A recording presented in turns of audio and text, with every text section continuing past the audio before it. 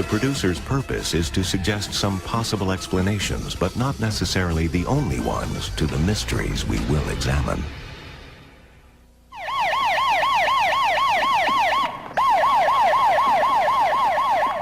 Response crew number 11 boat to an aircraft down in the lake off West Bar.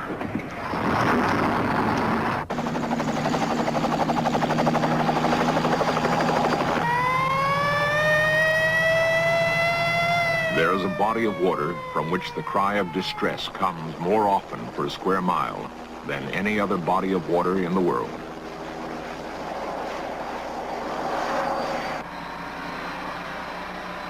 It is not the Devil's Sea off Japan, the tumultuous waters of Cape Horn, nor the deadly calm of the Sargasso Sea.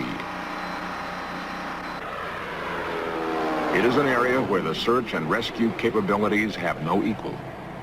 Not the Bermuda Triangle, but another triangle. A triangle formed by the Great Lakes, locked in the heart of industrial North America.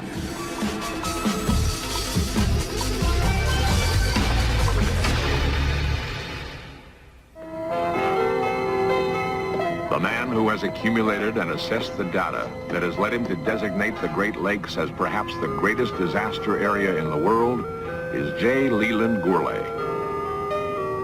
J. Gourlay is not only an experienced author and journalist, he is also a highly qualified professional flying instructor.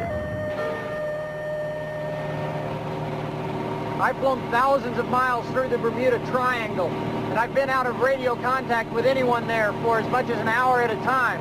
It's much easier to understand how someone could disappear in a vast expanse of ocean like that than here, where you can see Canada off our right wingtip and the United States off our left wingtip.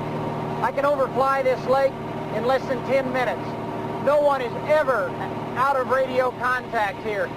We can communicate with at least 100 different government employees in the United States and Canada right now. It's inconceivable that anyone could disappear here. And yet, disappear they do, and under circumstances of mystery.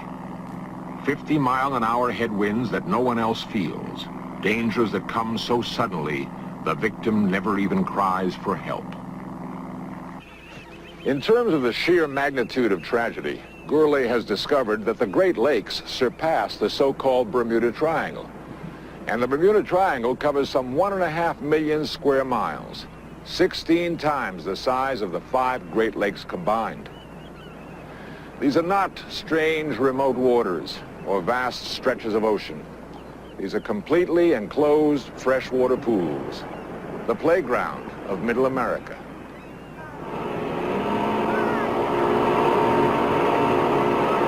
On the shores of the Great Lakes stand the great American cities of Chicago, Detroit, Buffalo, and Cleveland. Piercing the sky over Toronto, on the shores of Lake Ontario, the highest man-made structure in the world. The CN Tower stands as the ultimate pinnacle of highly sophisticated communications technology. Traffic controllers urge pilots flying the lakes to report continuously to ground stations. A 10-second lapse will launch full-scale search and rescue. And yet, the fact remains that there is high incidence of inexplicable disaster. J. Gourlay assiduously follows up any clue, any lead which may shed light on the mysterious tragedies. He has pursued high government officials in Washington and Ottawa, interviewed the men on the spot, the highly skilled search teams operated by the police and the Coast Guards of 2 nations. He has spent days at the marinas to discuss the weather peculiarities with yachtsmen whose lives depend on their knowledge. What's the worst thing that can happen in a situation like that? He has fed his voluminous documentation gathered over 2 years into the highly sophisticated computer banks at such electronics nerve centers as the University of Toronto, searching for patterns, searching for correlations, searching for explanations. Stop it right there if you would. Oh, okay. That's the accident I was telling you about just off Milwaukee. That aircraft was at en route altitudes. It was talking to air traffic control. It was a clear day, very calm. The aircraft disappeared from radar from an altitude of about 5,000 feet. No trace of that airplane or anyone aboard it has ever been found to this day. And finally, not dry data, but flesh and blood. Eyewitnesses who survived to describe their bewilderment. Such a man is Robert Joy Jr. of Michigan, a policeman, a pilot, and a professor of criminology. On April 23rd, 1973, Bob watched his father vanish. His father was flying a safe, well-equipped amphibious aircraft. Is there any difference between this airplane and the airplane your father disappeared in? No, it's exactly the same type of airplane. Bob Joy was in another plane a few hundred feet away. They were over shallow Lake Erie. The water was not rough. There was no cry for help. I got a radio message from my dad, and I couldn't understand what he said. The frequency that we were on was 122.8, the Unicom frequency. It's very congested. So I looked back out the right side of the airplane, and I didn't see the lake amphibian at all. It had been there right along through the whole trip. No trace of the lake amphibian was ever found. Disappeared completely.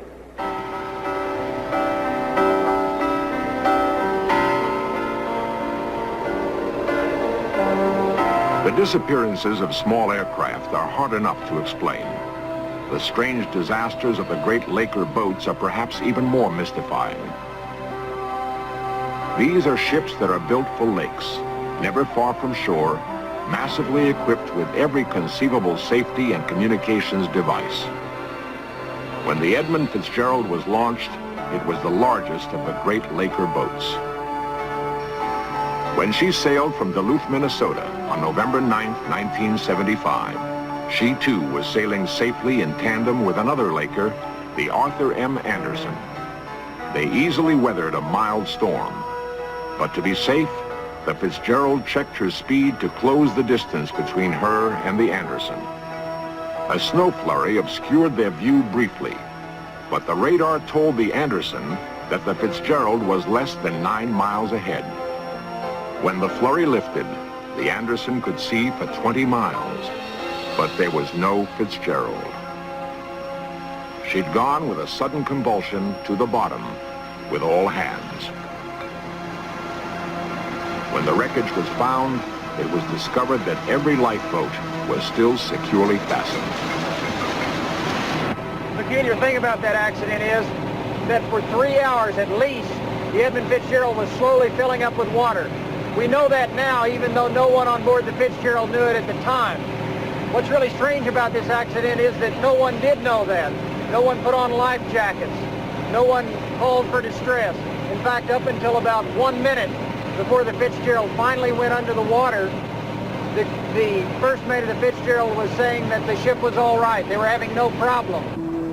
And what of the Kamloops and the strange events of December 7th, 1927? The Kamloops, too, had plotted a cautious course, entering Lake Superior in tandem with the freighter Quaydock. In the late afternoon, the men on the Quaydock sighted rocks ahead and swerved successfully to starboard to avoid them. The Kamloops was following and could clearly see the Quaydock's action. But the Kamloops sailed on, despite frantic warning blasts from the Quaydock's great steam whistle. She was not seen again. It was presumed she was dashed on the rocks of Isle Royale, but there was no wreckage, no bodies, no evidence whatsoever that the Kamloops had ever existed. Jay Gourlay's search into the strange history of the lakes led him back into the exhaustive records and preserved evidence of Great Lakes shipping kept at the Marine Museum on Toronto's waterfront. Exactly the same spot. Though contemporary events first aroused my interest in this region, research quickly led me into these records of the 18th and 19th century. We know, for example, that the first commercial vessel to sail on the Great Lakes, the Griffin, and all aboard her, vanished on her maiden voyage. From relics like these, we know precisely what has caused most shipping accidents. But this is not always true in the Great Lakes. Often, evidence is contradictory. Other times, evidence is totally non-existent. There is, for example, an exquisite ship's figurehead found adrift. But there is no record of any ship ever carrying this figurehead. During the winter of 1902, divers searched unsuccessfully for the wreckage of the Bannockburn. They were not surprised because they could not believe that she had sunk. She was last spotted by a passing ship. She was pointed out by the skipper to his mate. But when the mate turned his head to look at the proud vessel, the Bannockburn was gone. From time to time over the years, she has been reported sailing on over the lakes. And then there were the wrecks that were only too painfully evident. But the phenomenon that destroyed them vanished as suddenly as it came. The Layfield, the James E. Davidson, the Hebrew, the Sachem, all proceeding through relatively calm waters when a single gigantic wave struck them down. A mountain of boiling water rising for one tumultuous moment. Meteorologists call them a Seiche wave, but cannot explain them. They were first recorded in the Great Lakes in 1872. They are not caused by wind. The bizarre events of the lakes go back beyond the first records of the white man. The so-called Seiche wave is part of the legend of the Chippewa Indians of Lake Superior. They still speak of Nanabazhu's sturgeon, a monster fish that with a flick of his tail was said to destroy the mightiest vessel. Indian legend is connected to another extraordinary case history. The ship was called the Wabuno, an Algonquin name for black magician. On November 20th, 1879, a doctor's wife claimed she had a vision of the ship's destruction. It was assumed she was hysterical. The wreckage was found in Lake Huron, battered by some tremendous force. But not a single body was ever recovered. But the growing legend of the lakes is not only based on misty tales of superstition. It is also based on cases that are all the more chilling because they are fully documented. United Airlines Flight 389, a Boeing 727 similar to this one, a flight from New York to Chicago, August 16, 1965. The facts are solid. The captain's voice was recorded by a traffic controller. The flight path was tracked on highly sophisticated NORAD equipment. There was no mechanical malfunction. 3 highly qualified pilots were on the flight deck. They could see Chicago in the distance.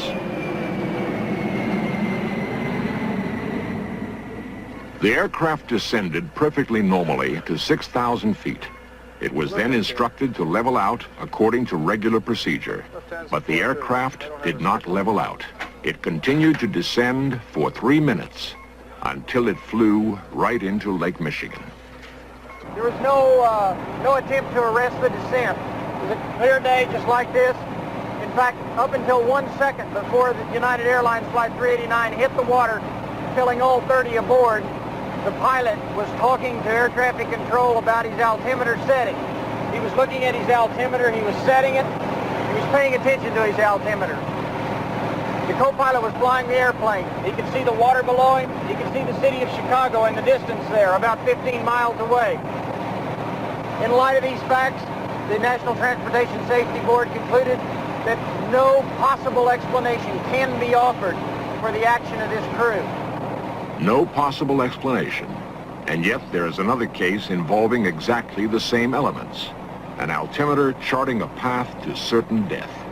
Right here is where Detroit Departure Control cleared the Sabreliner that was owned by General Motors to begin its approach into Pontiac. Up about 5 miles is where the Sabreliner began its descent. And beyond that, another 2 miles is where the Sabreliner finally crashed into the ground. At no time was there anything wrong with the aircraft itself. It was under full control of the pilot throughout the flight. Here there is miraculously a survivor. He was the co-pilot that night, a man with vast experience and a spotless record, Howard Herbst. I believe it was something like this. They said, you're cleared to 2,700 feet, cleared for the approach, contact Pontiac tower at the outer marker. And 2,700 feet is the altitude for the procedure turn. So we descended the 300 feet to the 2,700 feet. That I know we were at. I checked that altitude, and both of us did. Everything was going along smoothly. We were doing the checklist, and when I got done with it, I saw the trees at the end of that checklist. Why then did he descend below minimums that night? Why did he fly that Saberliner down into the ground? I have no idea, really. I wish I could answer it, but I don't. It just happened, and the next thing I knew, we were in the trees, but I have no knowledge of why or no answer. Howard Herbst has no answer, nor do the investigators who pored over the wreckage. To understand how baffling this is, one must appreciate how meticulous these investigators are and the elaborate technology at their disposal. For example, they can determine 6 months after an accident whether or not a tiny indicator light was lit on impact. Electronic microscopes tell these investigators whether there are scratches on a tiny metal part, whether there are scratches on scratches, which might indicate a different sort of structural failure. A highly scientific examination of every piece of wreckage can reconstruct the state of an aircraft as it existed at the moment of impact.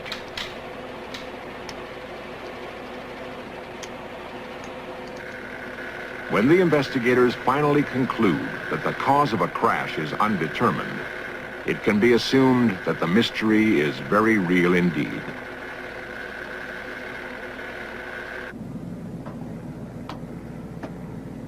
Not just civilian aircraft, but military aircraft.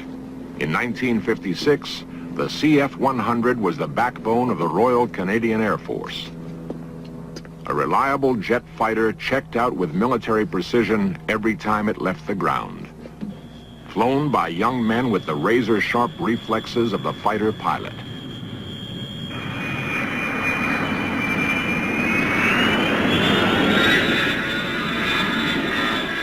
On May 15, 1956, a plane like this took off over the Great Lakes. Only seconds after its last routine transmission, it disappeared off radar.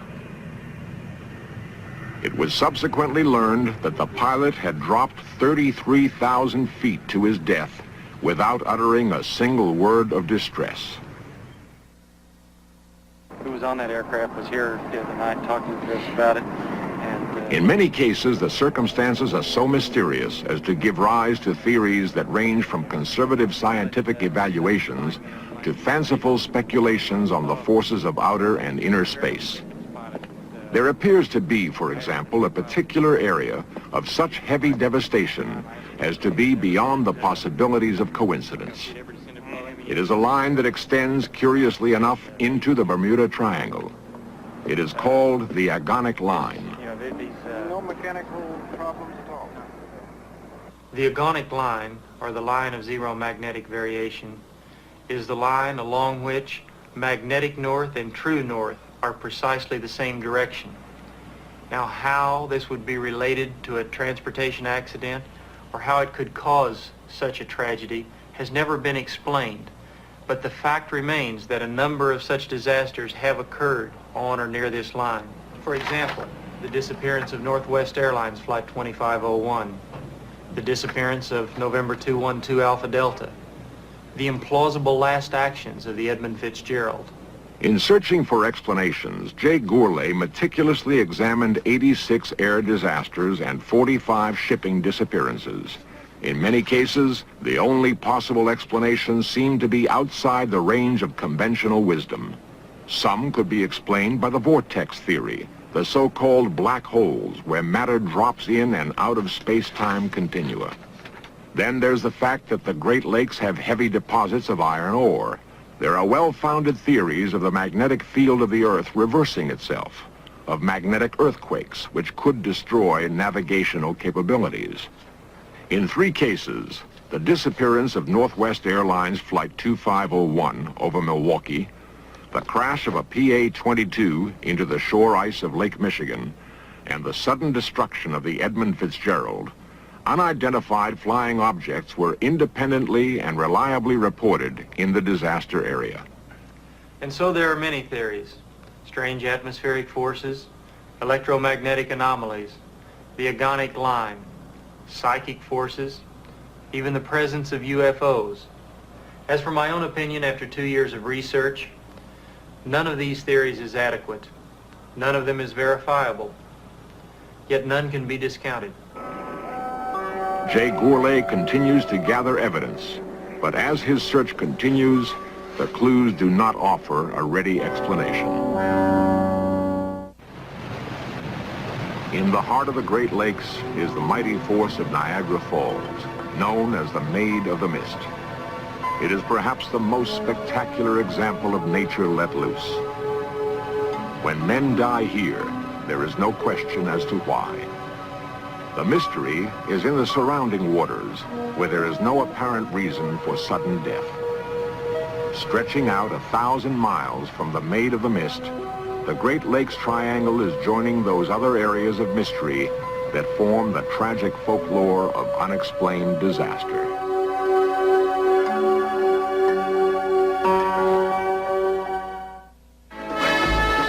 Coming up next, 20th Century with Mike Wallace confronts the raging inferno of volcanoes. Then from World War II through Korea to the supersonic marvels of today, Weapons at War flies you through the evolution of the jet plane.